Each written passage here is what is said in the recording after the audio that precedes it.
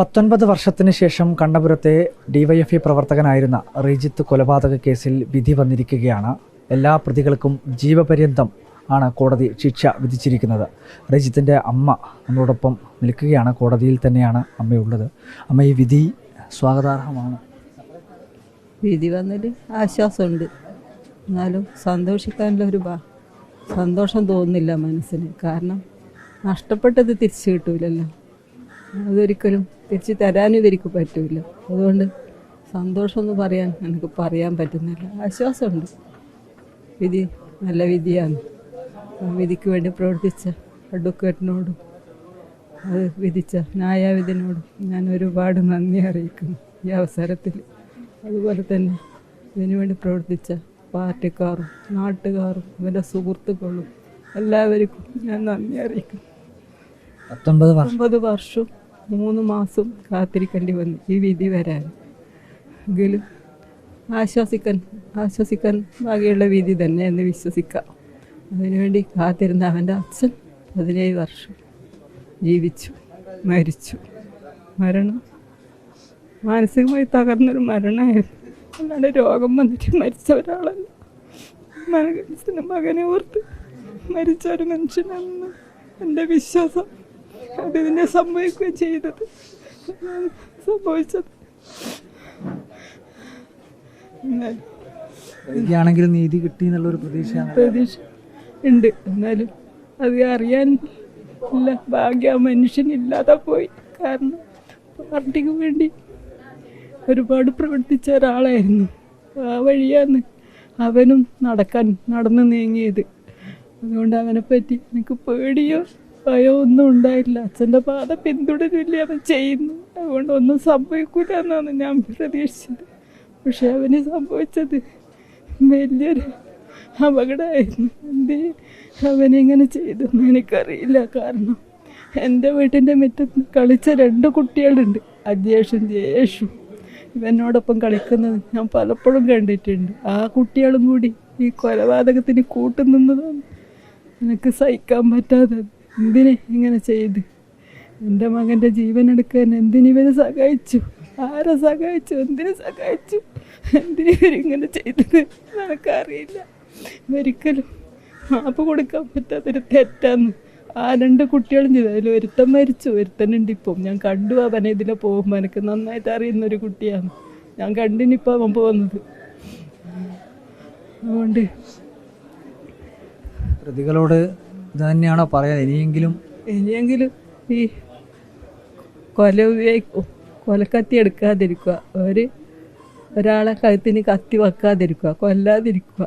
ഈ രാഷ്ട്രീയം കളി അവസാനിപ്പിക്കണം. രാഷ്ട്രീയം ഓരോരുത്തർ വ്യക്തി താല്പര്യമാണ്. അത് കൊല പിടിച്ച് തീരാനുള്ളതല്ല. അതുകൊണ്ട് കത്തി താഴെ വെക്കണം. ഏത് അമ്മമാരും ആഗ്രഹിക്കുന്ന അതാണ്. മക്കൾ നഷ്ടപ്പെടാതിരിക്കുക, മക്കൾക്ക് അപകടം പറ്റാതിരിക്കുക. എന്തിനാ ഇങ്ങനെ കൊല വിളിക്കുന്നത്? എനിക്ക് നഷ്ടപ്പെട്ട ഈ നഷ്ടം ഒരുപാട് അമ്മമാർക്ക് ഈ ലോകത്ത് നഷ്ടപ്പെട്ടിട്ടുണ്ടെന്ന് എനിക്കറിയാം. പക്ഷെ അവരും എന്നെപ്പോലെ ഇല്ല ജീവിക്കുന്നുണ്ടാവുക. അപ്പോൾ ഇത്രയും ക്രൂരകൃത്യം ചെയ്ത ഈ അമ്മമാർക്ക് ശിക്ഷ കിട്ടുമ്പോൾ സന്തോഷിക്കാൻ കഴിയായിരിക്കും അല്ലേ? അവർക്ക് എന്താ പറയണ്ടേ, പണക്കാര രാഷ്ട്രീയമാണ് അവർ. അതെനിക്കറിയാം. കാരണം ഞാനും 50 കൊല്ലമായി വിവാഹം കഴിഞ്ഞ് എൻ്റെ ഈ നാട്ടിൽ വന്നിട്ട്. അന്നും എൻ്റെ ഭർത്താവിൻ്റെ പ്രതികരണവും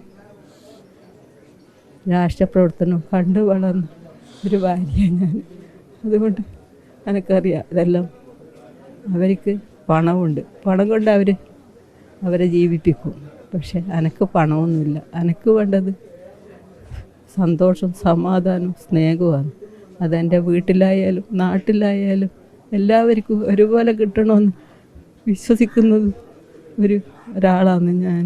അങ്ങനെ ഞാൻ ജീവിക്കുന്നതും അങ്ങനെ തന്നെയാണ് ഇപ്പോഴും. അത് അങ്ങനെ തന്നെയാണ് ഈ കാരാഗ്രഹത്തിൽ അടയ്ക്കത്. 19 കൊല്ലമായി എൻ്റെ വീട്ടിൽ പുറത്തിറങ്ങാതെ ഞാൻ ജീവിക്കാതെ. ഞാൻ എവിടെയും പോകില്ല. എവിടെയും പോകാൻ എനിക്ക് പറ്റില്ല. എങ്കിലും അത്യാവശ്യം ഞാൻ എവിടെയെങ്കിലും പോകും.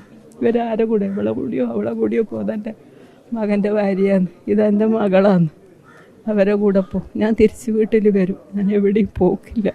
എൻ്റെ വീട്ടിൻ്റെ ഉള്ളിൽ തന്നെ ഞാൻ ജീവിച്ചു. 19 കാലം 3 മാസവും ജീവിച്ചു. സത്യത്തിൽ അമ്മേനെ തകർത്തു എന്നുള്ളതാണ് അമ്മ പറയുന്നത് അല്ലേ? തീർച്ചയായിട്ടും. ഞാൻ പണിക്ക് പോയ ഒരു വ്യക്തിയാണ്. ഞാൻ കണ്ണവര സൊസൈറ്റിയിൽ പണിയെടുക്കുന്ന അന്നും ഞാൻ പണിക്ക് പോയി. പിന്നെ ഞാൻ എൻ്റെ വീട്ടിൽ നിന്ന് പുറത്തിറങ്ങിയിട്ടില്ല. ഞാൻ പണിയെടുത്തിട്ടില്ല. ഞാൻ എൻ്റെ വീട്ടിൽ തന്നെ ഒതുങ്ങി ജീവിച്ചു. എന്നെങ്കിലും ഈ വിധി വരും, അത് കേട്ട് ആശ്വസിക്കാം. അപ്പോൾ ഇന്നാണ് വിധി വന്നത്. ഇപ്പോൾ ആശ്വാസമുണ്ട്. എന്നാലും നഷ്ടം നികത്താനാവില്ലല്ലോ. അത് ഇവരെ കൊണ്ട് കഴിയോ? അത് കഴിയൂല.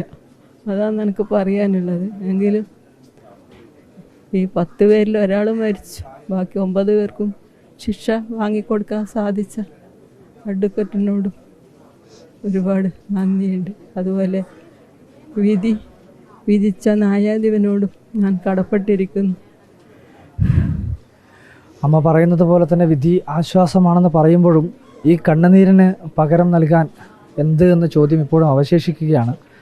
റിജിത്തിൻ്റെ ജീവന് പകരം ഒരു വിധിക്കും നൽകാൻ വേണ്ടി കഴിയില്ല എന്നതാണ് അമ്മ പറയുന്നത്. ഒരമ്മയ്ക്കും ഇങ്ങനെ ഒരു അവസ്ഥ ഉണ്ടാവരുതെന്ന് കൂടി ഈ അമ്മ പറയുന്നു. കൊലക്കത്തി ഉപയോഗിച്ചുകൊണ്ടുള്ള രാഷ്ട്രീയം അത് അവസാനിപ്പിക്കണമെന്ന് കൂടി അമ്മ പറയുകയാണ്.